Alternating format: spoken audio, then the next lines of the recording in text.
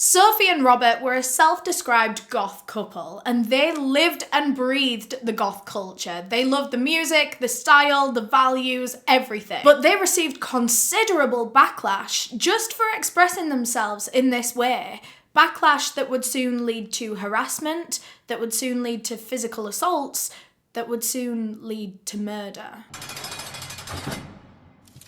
So today's video is going to be another solved true crime case. Today we're going to be discussing the attack on Sophie Lancaster and Robert Maltby. This is a case that I have wanted to cover probably since I started my channel, so this one's been a long time coming. But quickly, before we get into the actual case, I do just want to thank our sponsors for making this video possible, Magellan TV. You guys already know how much I love Magellan TV. It's a documentary streaming service that I have been a loyal subscriber of for years now. One of the main reasons I love Magellan TV is because their true crime section is so niche and unique and original. They have so many cases on there that I had never heard of before signing up for Magellan TV, and I don't think I would have come across them otherwise. Just so many smaller cases from so many different countries around the world. But one of their new releases that I watched the other week, this wasn't actually a true crime documentary, but it was really good. It was on the plague. It's called Secrets in the Bones: The Hunt for the Black Death Killer,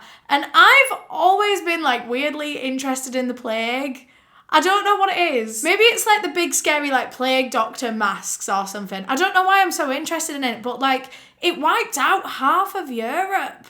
I'm so morbidly fascinated by the plague, I don't know why. And yeah, this documentary was so interesting. It was going into like what the root cause of the plague was. I really enjoyed this documentary. I recommend it if you are also weirdly interested in the plague. But I recommend Magellan TV no matter what, because they have so many documentaries on there in so many different categories, and they're always adding new ones. They add between 15 and 20 hours of content every single week, so you're not gonna get bored. It's completely ad-free, so you won't get interrupted as you're watching your documentaries, and you can watch on pretty much any device that you have, so you might as well try it. And they're very kindly offering you guys a 1-month free trial when you click the link down below in the description of this video, so I highly recommend go click it. Thanks again to Magellan TV for sponsoring this video. Now before we get into it, I do just want to give my usual disclaimer that I mean absolutely no disrespect to anyone that I talk about in this video. This video is for educational purposes, and everything that I'm about to say is just information that I have found on the internet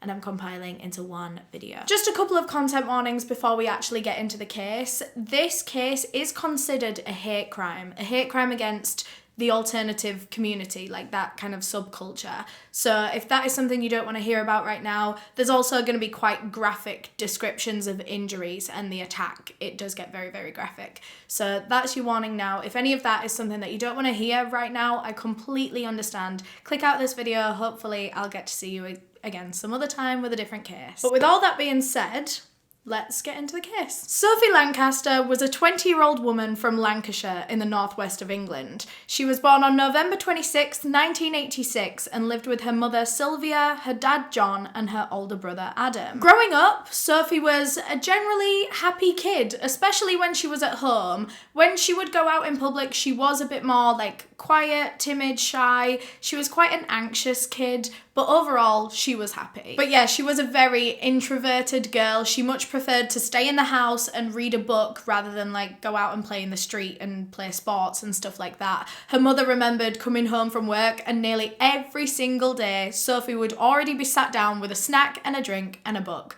That was like her daily routine. Sophie really looked up to her mother. She was a care worker. She was a very kind, sweet and strong woman. And ever since she was a little girl, Sophie had always looked up to her mother. They were super close. To be fair, the whole family was very close, but there was just something about her mum. Maybe it was because she was the only other woman in the family, but she just was in awe of her mother. She wanted to be just like her when she grew up. And so when it came time that like people would be asking this little girl, so what do you want to be when you're older? What do you want to do when you grow up? She would always say a youth worker, just like her mum. As she grew up, Sophie became a little bit more chatty. She was less introverted. I think it was as she got into her teenage years, she really came out of her shell. She was a lot more sarcastic and making jokes at home. She was very quick-witted. Her family said that she was really quite confident at home. She would have everyone in stitches at the dinner table.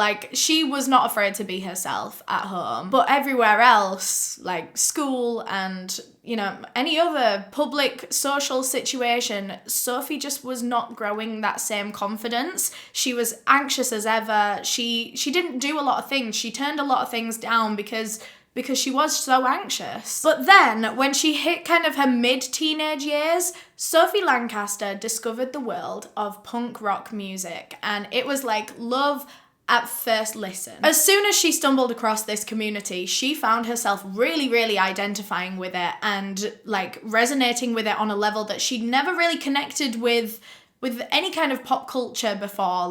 This was a big deal. She was really into all this music and everything. Her favourite bands were Whitesnake and Pixies, and she would buy Kerrang! Magazine every single week. So did I, girl. And she also wanted her physical appearance to reflect, the kind of stuff that she was into. And so she starts dyeing her hair all these crazy colours. Well, actually, first she went jet black, dark black hair. And then she had dreadlocks, and she would take a few of the dreadlocks and dye them crazy colours. She would go neon green, she would go bright red with a few of them. It looked really, really cool, to be fair. She got piercings, she started doing dark makeup, she would wear super baggy clothes and fishnets and ripped things, and she was just really going for that edgy, cool, gothic style. She looked really cool. But more importantly than how she looked, Sophie felt happy. She felt herself. She felt comfortable. She felt finally able to kind of have a voice without needing a voice, if that makes sense. Her appearance spoke for itself, so she didn't need to speak in social situations, which was something that she really, really struggled with. This was a way for her to tell the world exactly who Sophie Lancaster was, but not everyone was on board with Sophie Lancaster's new look, and she started to get picked on a little bit at school. People would leave her out, people thought she was a bit weird, and so they wouldn't involve her in things. She really noticed a difference in how people treated her. But to be fair, she didn't really mind that much because she was finding friends elsewhere. She didn't need these friends at school because now Sophie was able to find friends through music. She would go to all these rock band gigs, even smaller gigs of local bands, and that was where she would make her friends, friends that would show up to the goth scene and be at all these different gigs, finding new small underground bands. So yeah, she's going to all these shows with her friends, and she starts to make a group of other goth friends, people from all over the town that go to different schools. And there was one particular person in this group that really liked Sophie. His name was Robert Maltby. He was a year older than Sophie, and he was pretty much the exact same person. They were the same person, but in a boy's body and in a girl's body. Not only did they like all the same music, they dressed the same, they had all the same values, they were all well into this goth culture, but also the way that they were, with their very introverted personalities, they were quite shy, timid. Both of them struggled in the exact same way. Robert found it quite hard to be social. And he too had found comfort and found his voice in the way that he looked. That is how the two of them found this community and now found each other. So the two of them started dating, and Sophie's family loved Robert. They really approved of this boy because he seemed so nice, he stayed out of trouble just like their Sophie did, and they could tell that he really, really loved their daughter, and she really loved him too. He made her really happy. And their friends saw it too. They all described them as soulmates, they were made for each other. There was no one more perfect for Sophie Lancaster than Robert Maltby. And just like Sophie did, Robert also struggled with other people's opinions of how he dressed and how he presented himself. Just like Sophie, he would get funny looks from people when he would go out in the street. And now that the two of them were dating and they would go out together, those funny looks only increased. But Sophie and Rob always handled this really well. They just thought it was so stupid that people cared about how they looked. Like, they would just laugh at it. If they got funny looks in the street or if someone shouted something at them, they would just laugh it off. They didn't care about the rest of the world's opinions because, to be honest, they were both so happy. They were on cloud nine now that they'd found each other, and they were just... They didn't care. They didn't care what other people had to say. They thought they looked cool, and they did. But soon, this judgment in the street would become quite hard for them to ignore because on 3 separate occasions, it escalated into harassment and physical assault. And every single time it was because they were goths. It was because of the way that they looked. It was because of the way that they dyed their hair, the piercings, the clothes that they wore.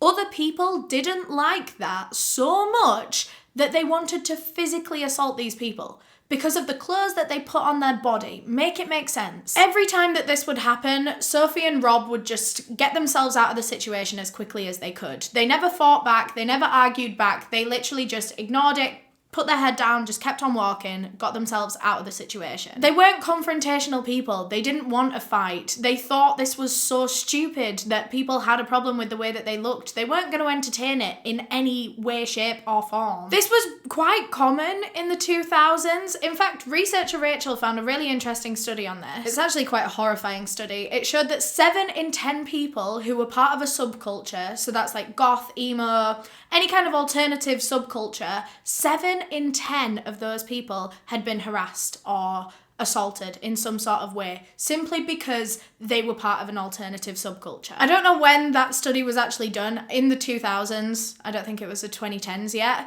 but around that time it was so prevalent. And like I said, this case is technically categorized as a hate crime, but these kind of crimes would very often go unreported because people thought that they wouldn't be classed as hate crimes, if you know what I mean. Because people think hate crime and they think racism, homophobia. They don't think being physically assaulted because of the way that you're dressed, you know? And to be honest, these kind of attacks are not classed as hate crimes everywhere. Only in a few different places in the UK is this now considered a hate crime, but still, yeah, at the time, very rarely reported to police because they just didn't think that the police were really going to do much about it. And that was the same with Sophie and Rob. They didn't tell anyone when this would happen. They didn't even tell, like, their parents. They would tell their friends because their friends could relate. I mean, it happened to their friends as well because they were all goths. But yeah, Sophie's family didn't quite know how bad it was. They knew that she would get funny looks and sometimes things shouted at her in the street, but they didn't know that it was turning into physical assault. In September of 2006, the time came for Sophie and Rob to start thinking about going off to university, and the two of them had quite different plans. Robert Maltby was due to start an art degree at a university in Manchester, whereas Sophie was actually going to take a gap year, and then the next year she was going to start an English degree. So when Robert moved away to Manchester for uni, Sophie practically moved with him. She didn't like officially move with him, but she was always with him because they were like inseparable. They were so in love. And while they were there, they were just as happy as ever. Robert was loving his course because, to be fair, a lot of the art that he was making was very much his style. A lot of it was quite like gothic and dark, and actually Sophie would be the inspiration for a couple of his pieces. They lived in Manchester together for about a year, and at this point they'd been in a relationship for 3 years. So now Sophie Lancaster is 20 and Robert Maltby is 21. The summer of 2007 was a lovely one, it seems, from what I could find in my research. Sophie and Rob spent a lot of it just going to different concerts with friends, going out, just generally having a great time, being young, being out in the sun, having a fun time. And then came Friday, August 10th, 2007. Sophie and Rob's friend Jonathan was throwing a house party. And, well, it wasn't really a house party, it was more of a gathering. It wasn't going to be a late one. People weren't getting, like, absolutely wasted, but they were going to have a few drinks, get a little bit tipsy in his house. So Sophie and Rob went, they had a few drinks, they were drinking vodka and coke, that was their drink of choice,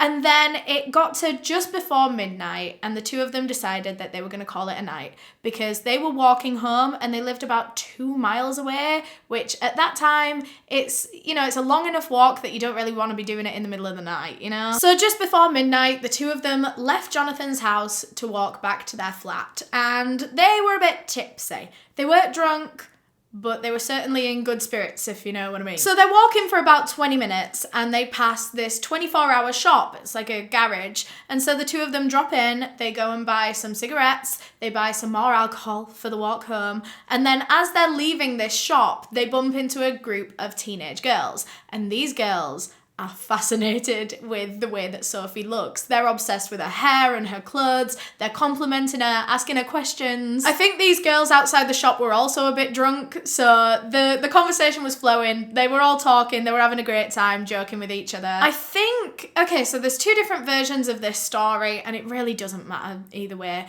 I think they keep walking with this group of girls. I think this group of girls walk them all the way to the park.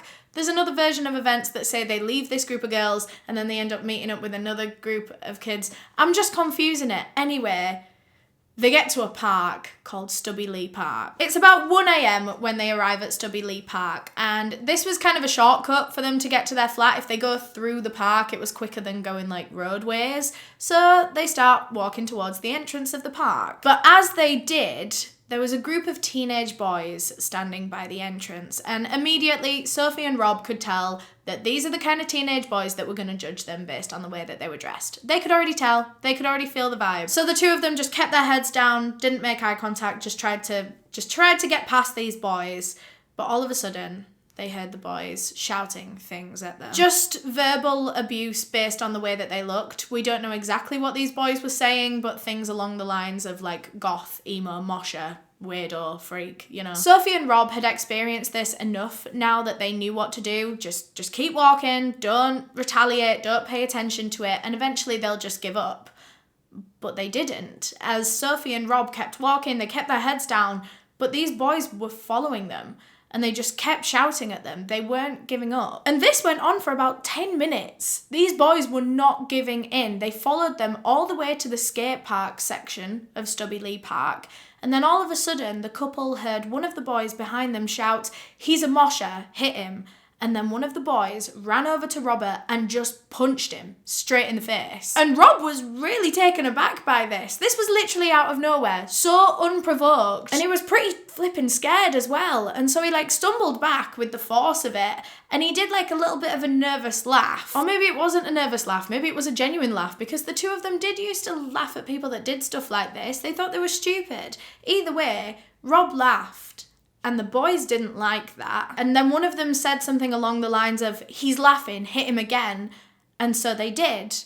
And they kept hitting him. And then all of a sudden, all of these boys were ganging up on Robert Maltby. And before they knew it, he was on the floor and they were just punching him, kicking him, stomping on him. And Sophie is completely helpless looking on at this situation. This group of boys have just started beating up her boyfriend. It's 5 against 1. And she can't do anything about it. All she is doing is just screaming and crying. She knows she can't throw herself into that situation, otherwise she would just get beaten too. And soon, Robert Maltby fell unconscious on the ground. And even then, these boys didn't stop. They were still kicking him, stamping on his head, jumping on his neck. And he was just completely limp on the ground, not reacting at all. Eventually, the boys grew bored and they backed off Robert. He didn't do anything, he didn't move. Of course, he's completely knocked out cold. And so the boys just walked off. Sophie was in hysterics. She was traumatized by what she'd just seen. And as these boys were walking away, she ran over to her boyfriend, flung herself down on the floor, grabbed hold of his head. She was like cradling him, rocking, like crying, sobbing, screaming. But all of this commotion had alerted the attention of the attackers, who had turned around, seen Sophie now on the ground, and decided that they were going to go back for her. A couple of them approached her, and as she was still holding Robert's head in her arms, they started beating her too, exactly the same way that they had just done to Robert Maltby. They were kicking her, punching her, stamping on her head, literally jumping up and down on her head. Fortunately, a 15-year-old girl had heard all of this taking place, and so her and her friends had run to the park to see what was going on, and she saw a little bit of this attack take place, and so this girl called the emergency services. She was very, very distressed on the phone, crying in fact, and she told the operator operator,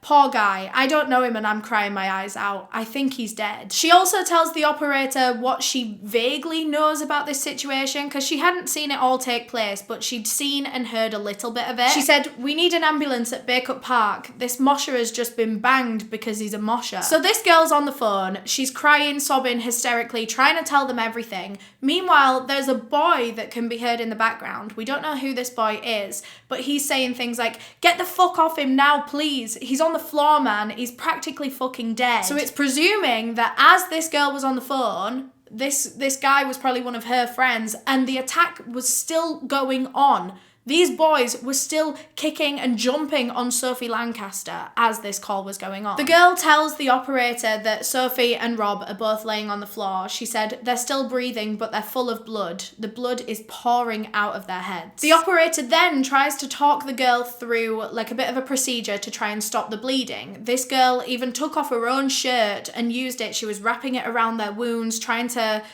stem the bleeding. She says on the phone, "It's all over their hands, all coming out of their eyes, all out their nose and everything. Please just help us quick." At one point, Robert even started choking on his own blood, and so this girl was instructed how to put him in the recovery position. When ambulances arrived, paramedics were quickly able to identify Robert Maltby because his ID was in his wallet in his pocket. So, they easily had his name, but they had an unidentified female victim with him, and they had no idea who Sophie was at this point in time. But that wasn't really important right now. All they needed to do was get these two victims to the hospital for emergency treatment. So as they were being rushed off in the ambulances, police stayed at the crime scene to question these witnesses. One of the witnesses told police that they'd heard this group of boys as they were leaving the park, that they believed to be the attackers, and they were saying that they'd done something good, and then they told a passerby, "There's two moshers dead by Bacup Park. You want to see them, they're a right mess." The kids that were at the park that witnessed it told police that they'd seen the attackers literally jumping up and down on Sophie Lancaster's head. They likened it to watching them kicking a football about. And this had done serious damage to both of the victims. The ambulance staff really struggled to, before they could ID Robert, they actually really struggled to tell who was the female victim and who was the male victim, because their faces were so swollen that they weren't identifiable from each other at all. By the time the two of them arrived at the hospital, they'd both already slipped into comas, and as soon as their wounds and their injuries were assessed, doctors realised that there would be a very slim chance that either of them would survive this attack. And if they did, by some kind of miracle, survive this attack, they would definitely be left with some level of brain damage, some level of brain injury that would affect them for the rest of their lives. So they were both sent straight into emergency surgery, where their immediate wounds were sorted, and then they were sent to the intensive care unit, where they were both put on life support and were being constantly supervised by hospital staff. So now police have an incredibly serious case on their hands. This is one of the most severe assaults they have ever seen, and it is nearly murder, because hospital staff are very doubtful that both of these victims will make it through. So this is potentially going to be a murder case. But first, they needed to figure out who their victims were. By now, they had identified Robert Maltby, but not the female victim that was found with him. So the way that police decided to try and identify her was to go and speak to Robert's family and just ask, who do you think this could be? And of course, they said that is more than likely his girlfriend, Sophie Lancaster. So police immediately went to Sophie's house to go and speak with her parents and, inform them of the situation. But when they arrived and they knocked on the door, there was no answer. I think her mum was at work or something. And so police put a card through the letterbox that basically said, "It's urgent, please call the police station as soon as you get this card." Later that day, Sophie's mother, Sylvia, arrived home from work. She came in through the front door, picked up this card, saw that it said, "Urgent, ring up now." So she went to go and get her phone, because she left her mobile phone at home during the day when she was at work. She went over, picked up her phone, and immediately saw 10 missed calls, texts, everything from her son, Adam. And so instead of calling the police straight away, she picks up the phone to Adam. And this was the first that Sylvia had heard of Sophie's attack. Adam is on the phone saying, Mum, I'm coming home now. Have you heard about Sophie? She's been attacked. She's in hospital. She's in intensive care. So with that, Sophie's mother flew straight to the hospital and went to be by her daughter's side in the ICU. So now, police were going full speed on this case, and they were interviewing every and any witness that they could possibly get their hands on. In the first few days of this investigation, they questioned over 100 witnesses. Most of these witnesses were young people because Baycutt Park was quite a hot spot for like teenagers hanging out, especially like drinking underage and stuff like that. So there were a lot of witnesses that were in the park at different times that night that police wanted to speak to. But questioning these young'uns was proving quite difficult because, well, for a number of reasons. Police thought that a lot of these kids were not telling them everything they knew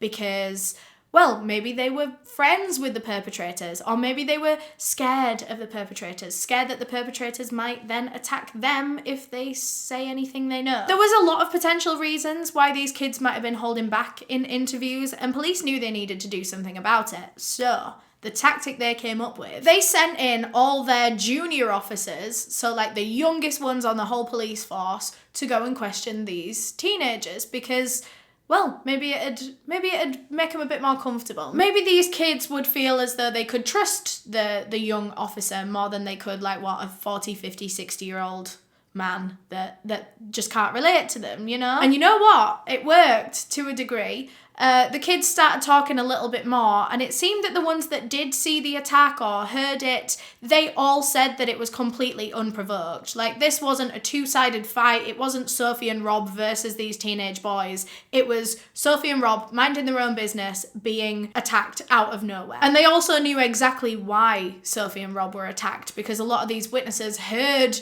the teenage boys shouting things like goth and mosher and emo, freak, weirdo as they were beating up Sophie and Rob. After speaking with all these different witnesses, police started putting together a suspect list, and eventually it was whittled down to 5 names. There was 17-year-old Daniel Mallet, there were 2 brothers, 17-year-old Joseph and 16-year-old Danny Holm, and the 2 youngest were 16-year-old Ryan Herbert and 15-year-old Brendan Harris. So immediately, all 5 of these boys were arrested on suspicion of causing grievous bodily harm to Robert Maltby. And they were all brought into the police station and they were questioned for hours. But none of these boys seemed to be taking any of this seriously at all. They were just laughing, joking, like they were even joking about what they were there for. And oh my God, Brendan Harris, the youngest one of all these boys, his mum was even joking with him in the interview. And the boys really weren't saying much in these interviews at all. Nothing of interest came up. And so police let them all out on bail, only to rearrest them a week later and charge them with GBH, but this time for Sophie. So now there's 2 counts of GBH. And then after this round of interviews, only 3 of them were let back out on bail, the 3 oldest ones. Police decided to keep in the 2 younger ones, 16-year-old Ryan Herbert and 15-year-old Brendan Harris, because they were a little bit more suspicious of those 2 than they were the other ones. I mean, they were suspicious of all of them. They were all suspects,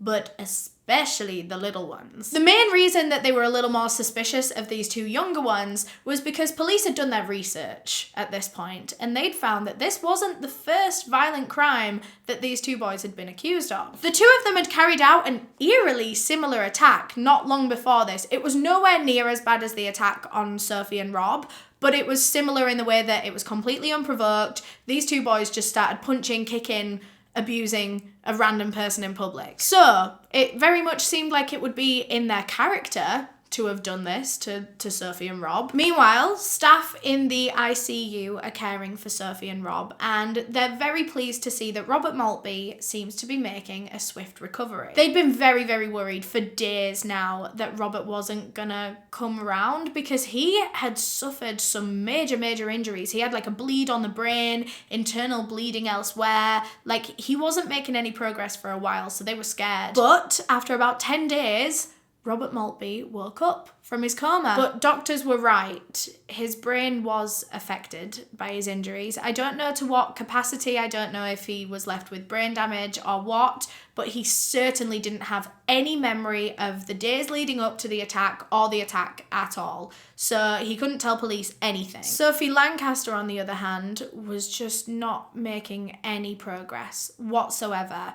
Her injuries were even worse than Rob's, whose were life-threatening. His were life-threatening, so imagine what hers were like if they were worse than his. Eventually, she actually had to be transported to like a specialist neurology unit in Salford because the hospital that she was at, it was one of the best in the area, but it still wasn't quite equipped to deal with her severity of a case. When she arrived at this new hospital, this new unit, a lot of notes were made on her appearance. They said that, well, more than just her appearance, her general state, but a lot of it refers to her appearance. They said that if she did survive this, she would be left with severe brain damage, but we already knew that. The notes on her appearance stated that she had very visible bruises in the shape of shoe prints on both sides of her face. Her ears had been kicked so many times that they were black and full of pus. They were extremely swollen. Loads of her hair had been torn out, and so much so that a chunk of her scalp was actually missing. Her neck was completely black with bruising as well. And now that Sophie was at this new unit, the doctors decided to send her in for a bunch of different tests and scans and stuff that the other hospital weren't able to do. There's a reason she was transferred. It's so that they could do all these tests and scans. One of the first tests that Sophie was sent for was a scan to monitor her brain activity, and there was none.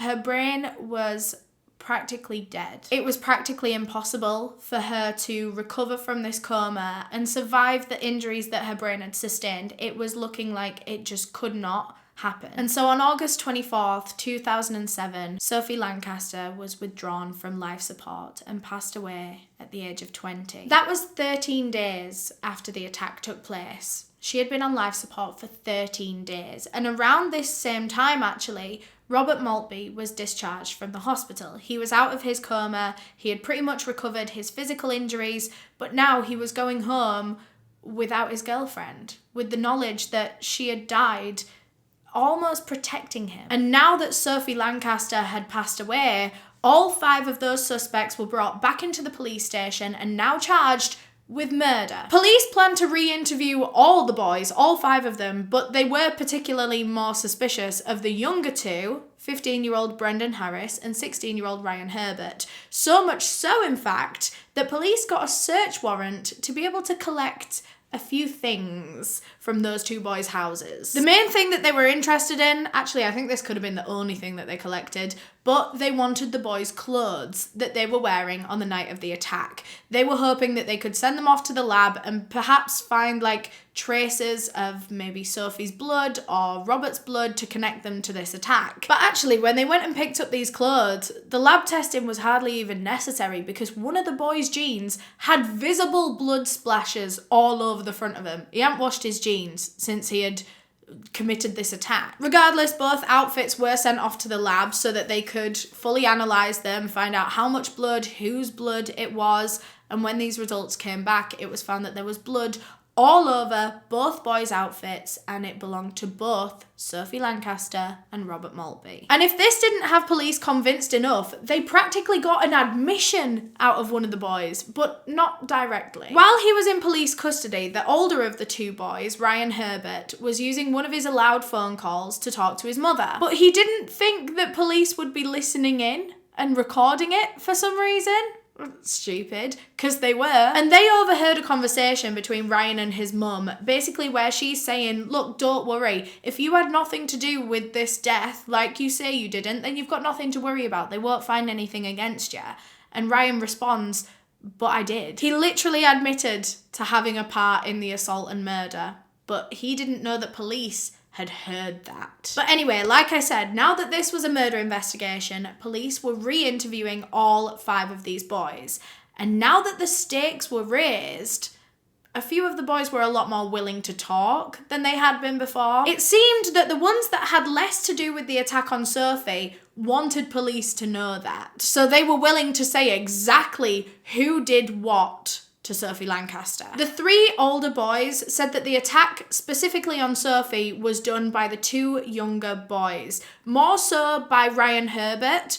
Brendan Harris was involved, but it was mainly Ryan. In telling police this, these three older boys therefore had to admit that they had had a part in the assault of Robert Maltby, something that they hadn't confessed to at all this whole time. But now, when there was the chance that they could get put down for murder or for assault, they would much rather tell the truth and get the lesser charge of assault. So these three older ones are there saying, look, yes, we beat up Robert. We admit to the part against Robert, but the murder of Sophie, we had nothing to do with that. That was the two younger ones, more specifically Ryan Herbert. So now police had their two main suspects and they wanted to build up some evidence against them.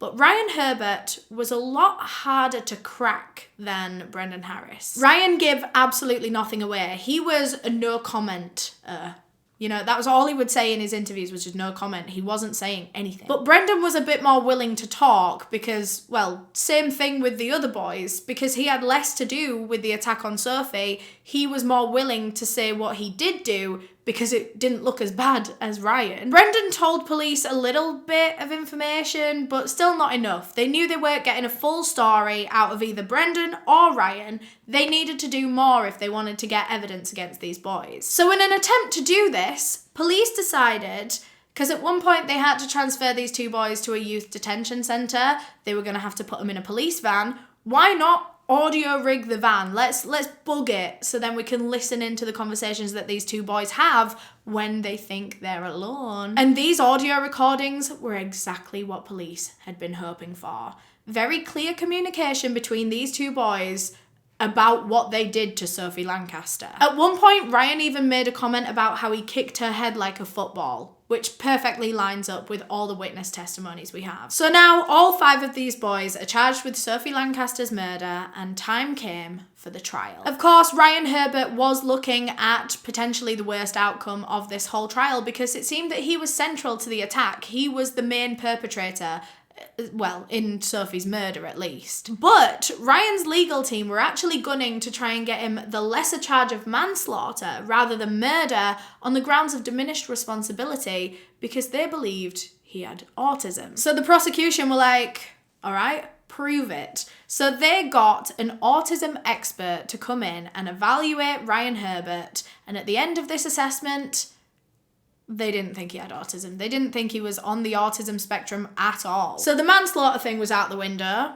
and Ryan Herbert would be up for murder along with the other four boys as planned. So the trial began on March 10th, 2008, and on the very first day, Ryan Herbert did the unexpected. He stood up there and confessed to the murder of Sophie Lancaster. This whole time, ever since the attack, he'd been denying it. He had been maintaining his innocence, doing the whole no comment thing. But no, now he just admitted it on the first day of the trial, so I'm good. But this admission kind of sent shockwaves through the rest of the case. It really affected everything else. And police now had to look at the other boys' charges and kind of reevaluate it. They had to recharge them. Since it was now clear that Ryan had the main hand in Sophie Lancaster's murder, did this make all the other boys less guilty if they were less responsible? Does that mean they need lesser charges? Well, they certainly thought this about the three older boys, at least, Daniel Mallet and Joseph and Danny Hulme. They believed that the three older boys were actually the main perpetrators in Robert Maltby's assault, and the two younger ones were the main perpetrators in Sophie's. That's how this group is kind of divided. So therefore, the older three boys had the murder charges dropped against them,